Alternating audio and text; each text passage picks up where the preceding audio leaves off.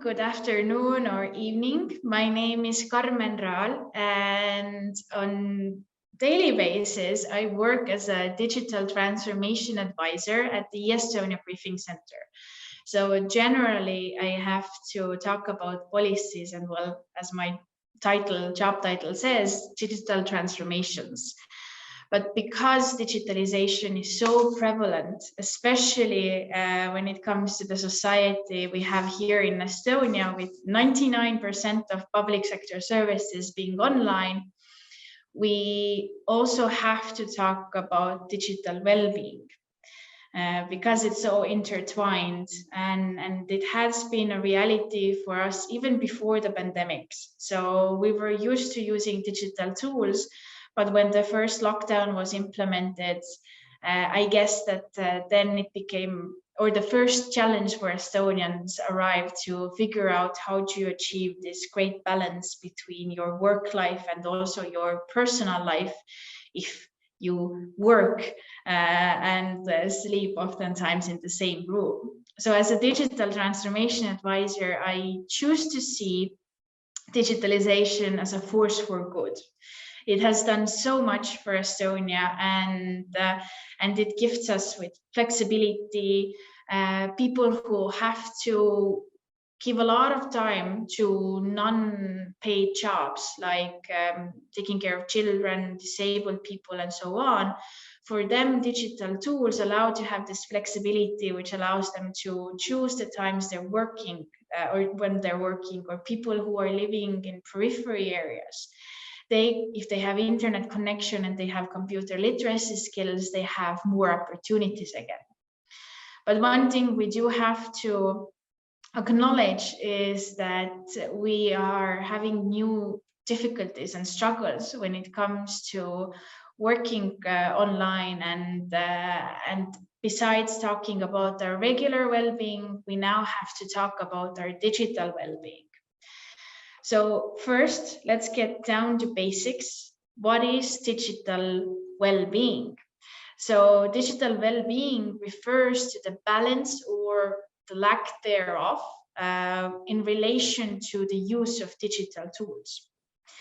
And through digital well-being, we have to look at the impact of digital technologies and what it means for us to have a good life in an area of information society.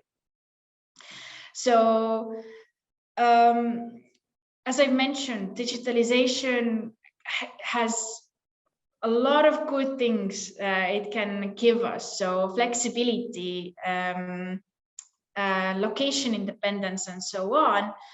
But it has changed the way we interact with others, how we behave in the physical environment, plus how we interact with ourselves. So all our relationships have changed due to the quick implementation of technology. And well, living in this information society and figuring out how can we still both balance the good relationships we have online but offline is going to be the big next challenge. And what scientists have said is that very soon digital well-being is becoming a more and more hot topic. So this is going to be my first try or attempt at trying to explain how everybody can take care of themselves better online, and how do you notice when digital tools are starting to have an impact on your mental health also. So constant connectivity in that sense can be quite great. So digital communication is also a job resource. Digital communications can be seen as a tool. It can support good communication and information transfer. It allows people to collaborate effectively without having the need to be in the same room. So again, a lot of good things, but with this flexibility and with this location independence, we have new challenges. So the boundaries between work life and personal life, they're starting to blur. And more people still work when they're sick, or when we're using the commuting time to go to work physically, then oftentimes nowadays, if people are choosing to work from home, they're using this commuting time to get more work done. And that's something I have to emphasize here, is that the hours you put on work on does not or it's not equivalent to your work efficiency. So many countries have now started doing experiments where they allow their employees to work less hours, and what has turned out that the productivity still is the same. So the blinds between our work and personal life, and also our rest times, they're all integral to us. And another sad thing that that emerged during the pandemic times is something called Zoom dysmorphia, right? So people went online, they started having online meetings, and what happens is that nowadays you also see yourself. So this is another big tip: hide your camera when you're having online meetings. But what happened with Zoom dysmorphia, for example, is that people started getting plastic surgeries because they started overly focusing on their features.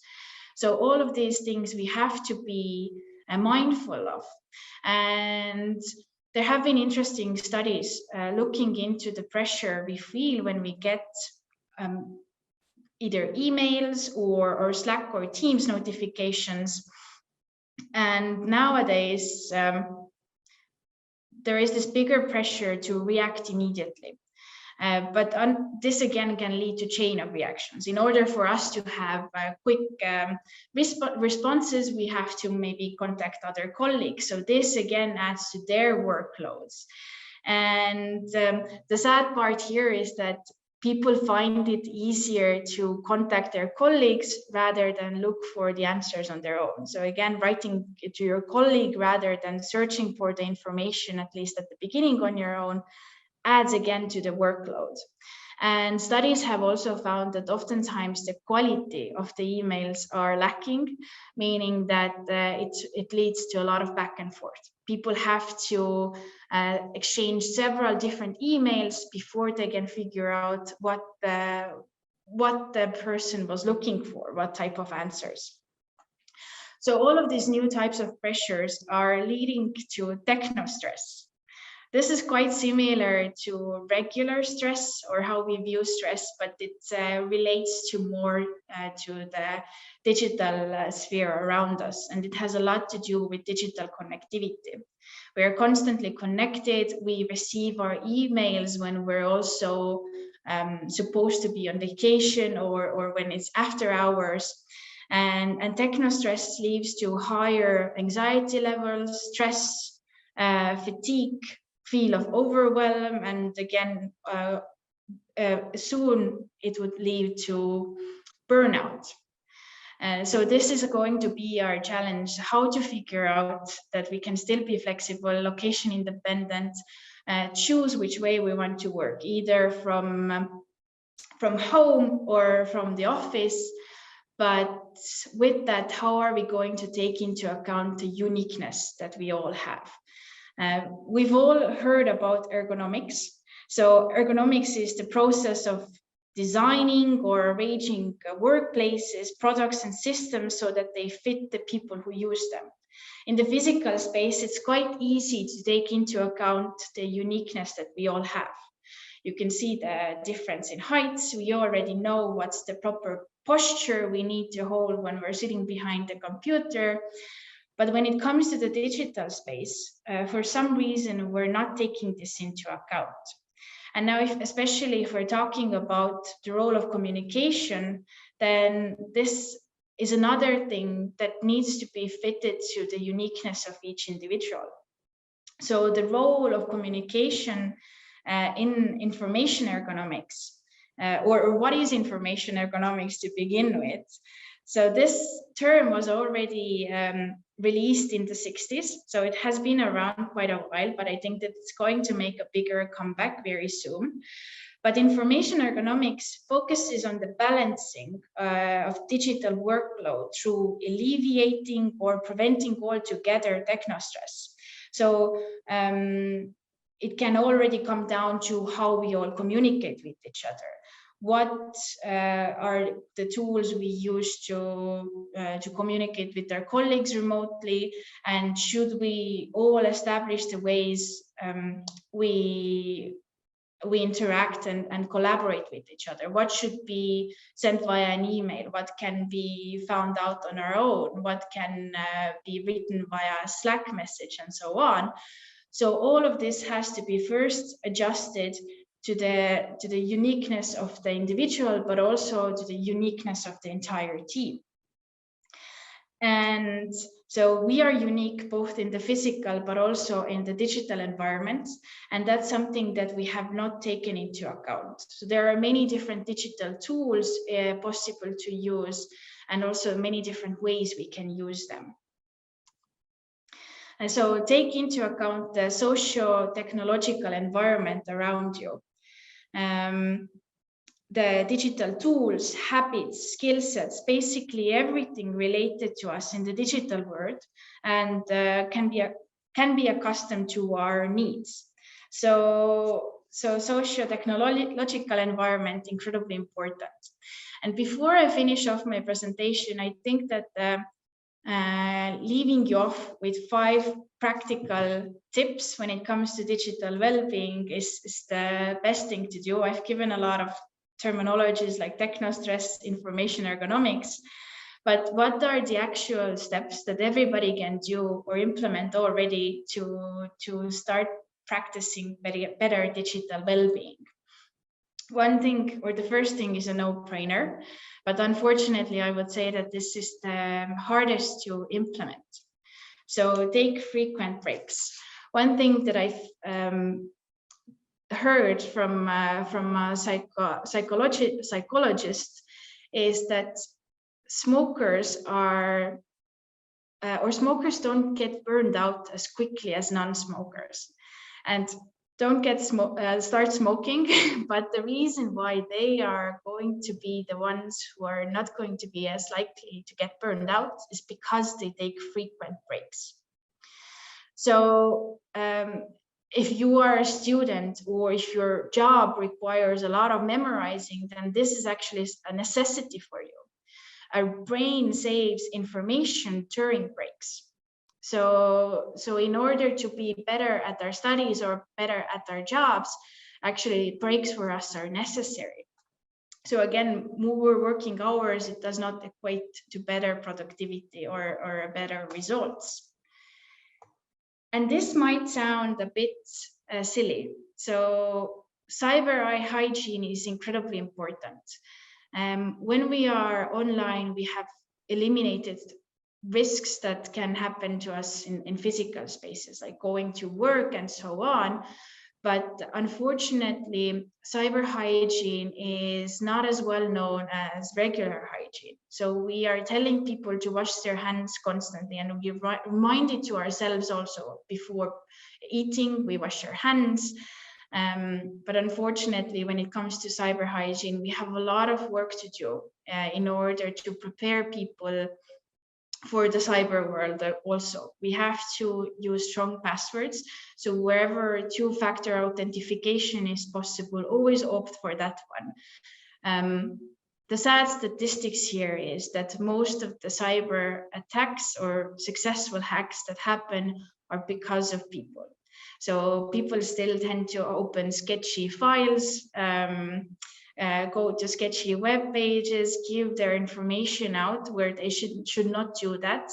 And this can eventually do a lot of damage to our mental health also. Another thing, declutter your desktop. So this is my big tell. Whenever I am, for example, overwhelmed, it tends to reflect on my desktop. It has a lot of different files. It's difficult for me to navigate, let alone for anybody else.